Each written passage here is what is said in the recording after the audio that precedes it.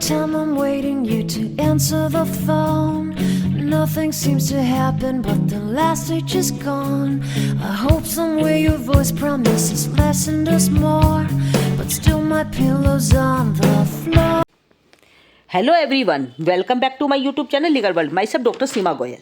In the series of company law, in this video, I am going to discuss one of the most important questions relating to the company law that may be asked for 20 marks in the coming exam.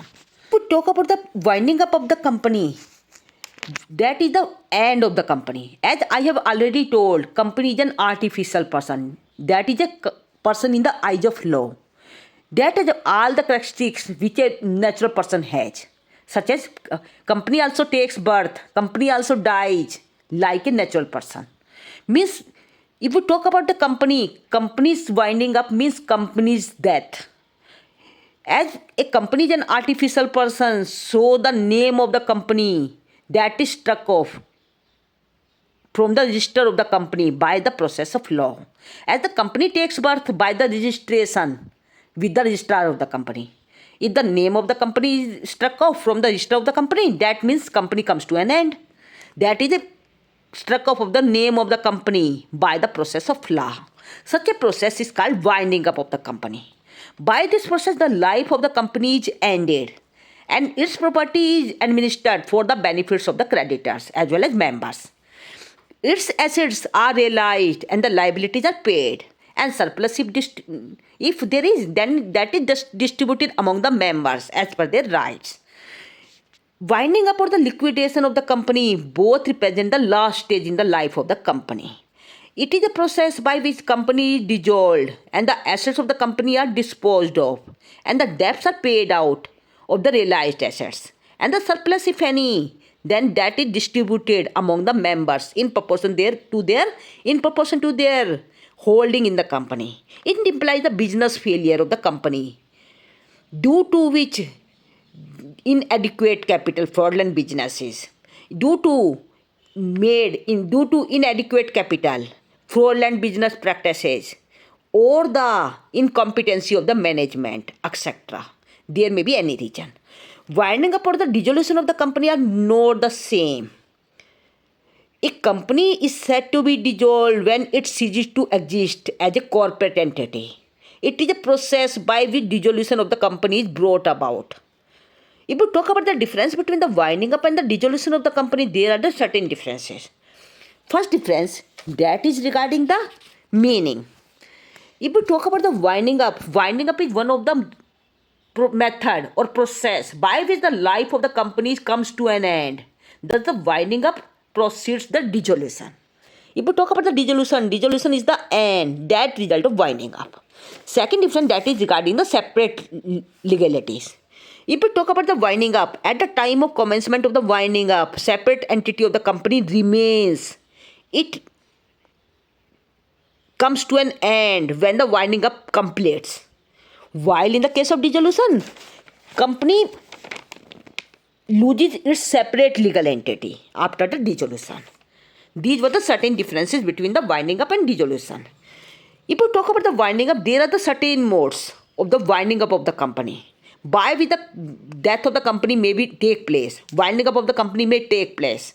As per section 270 of the Company Act, there are the certain modes which are prescribed by the section 270 of the Company Act. These modes are: number 1, winding up by the tribunal. Second one is voluntary winding up. Third one is members voluntary winding up. And next one is creditors voluntary winding up. If we talk about the winding up by the tribunal, these are described from section 271 to 303 of the Company Act. That is also known as compulsory winding up by the tribunal. As per section 271 clause 1, corresponding to section 434 of the Company Act, a company may by petition under section 272 be wound up by the tribunal in the certain cases. Number 1, if the company is unable to pay its debts. Second, if the company has by its special resolution resolved that the company be wound up by the tribunal.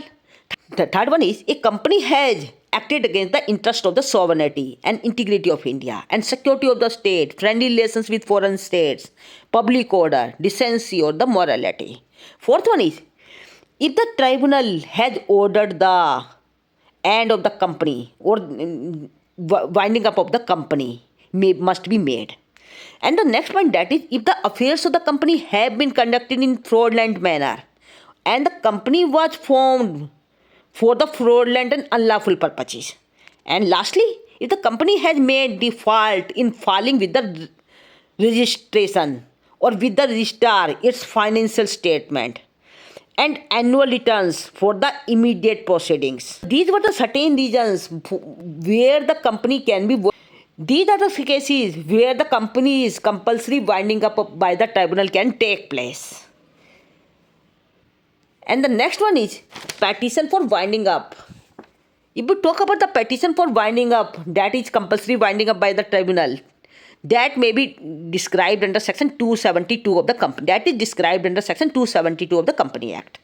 A petition for winding up of the company by the tribunal shall be presented either by the company, by any creditor of the company, or any contributory or contributories, and by all or any of the person that is specified, and by the registrar or any person who is authorized by the central government in that behalf. These are the persons who can file a petition for winding up of the company by the tribunal. If we talk about the powers of the tribunal, these powers are described under section 273 of the Company Act. In petition for winding up, tribunal may pass any of the order. These include, number one, dismissal with or without cost. Second, make any intermediate order as it thinks fit. Third one is, it may appoint a liquidator till making the winding up.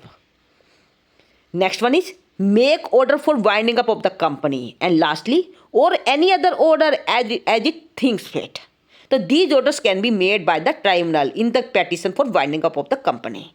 Next one is directions for filing the statement of the affairs of the company. As per section 274 of the Company Act, direction can be made for filing up of the statement of the affairs of the company. That statement must be made within the 30 days of the order, as per section 274 of the Company Act. If we talk about the co-liquidator or any appointment under section 275, tribunal at any time by passing any order for winding up shall appoint the official liquidator who is having the experience of 10 years in this field. This was all about the winding up of the company by the tribunal. If you have any doubt, you must put down in the comment section. And don't forget to like, share and subscribe this channel for the further update. Thank you. I step up to the mic, gonna make it swing. Feel the rhythm in your bones, let the music sing. Got that poppin' beat, gonna make you move. Dancing on the floor.